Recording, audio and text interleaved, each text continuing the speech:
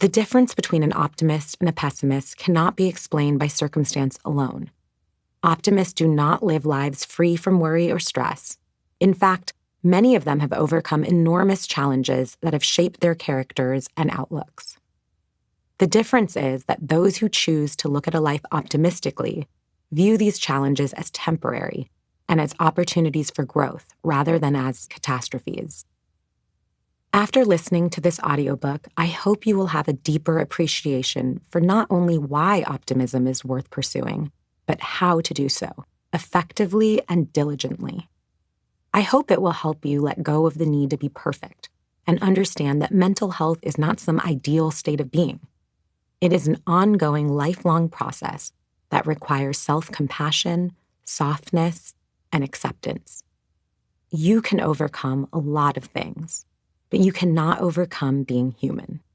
You are wired to experience the full range of human emotion, not just happiness. And life is definitely going to throw crap your way at times, maybe even a lot of the time. When you learn to face that crap optimistically, you learn how to move through life with greater ease and satisfaction, leaving you energy to focus on what truly brings your life meaning and joy. In the chapters that follow, I will share groundbreaking research into how the brain works and how that directly impacts the way we think, act, and feel, in order to show how cultivating a real optimism practice can gradually but significantly improve your life. I will start by making the case for what real optimism is and why it matters. I will then explain how the brain processes information and how we can use its efficiency, neuroplasticity, and future-oriented nature to nurture a more positive outlook that will set us up for success in achieving our most important goals. I will explain how the cult of positivity skews the goal of mental health and how sitting within discomfort, not ignoring it, is the key to resiliency and growth. I will explain the origins of popular practices like affirmations, manifestation, and self-care, and explain why, unless they're practiced in a way that honors the way our brains work, they can end up feeling ineffectual and in some cases counterproductive.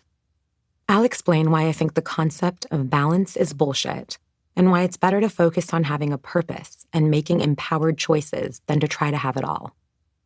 I'll explain why some aspects of traditional therapy, while helpful for becoming more self-aware and processing traumas, can often leave you feeling stuck, how even micro moments of joy can drastically boost your mood, and why, if you want to create fulfilling long-term relationships, your argument style matters way more than how you show affection. Throughout the book, I will draw on my more than 15 years of experience working with clients and patients, providing workshops, studying the latest research, and developing strategies anyone can use to practice more optimism, combat anxiety, and achieve a healthier outlook on life. I will share stories from my life as well as the lives of my clients to show how optimism works in the real world and how it can help you no matter what you're struggling with. I will offer practical step-by-step strategies, practices, and techniques that work with our brain's natural programming instead of against it. And I will refer to interviews I have conducted with dozens of experts, including performance coaches, professional athletes, psychotherapists, and neuroscientists, to offer additional perspectives on how optimism can be applied in all facets of life.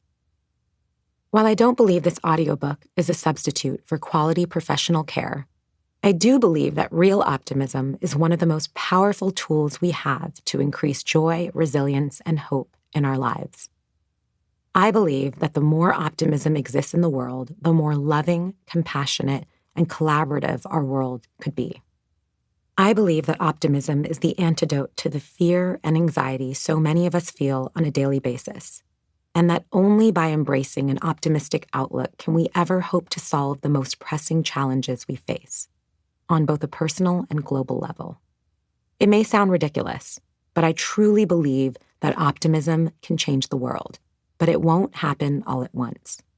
Optimism is literally contagious. The more each one of us cultivates it within ourselves, the more it will radiate toward others.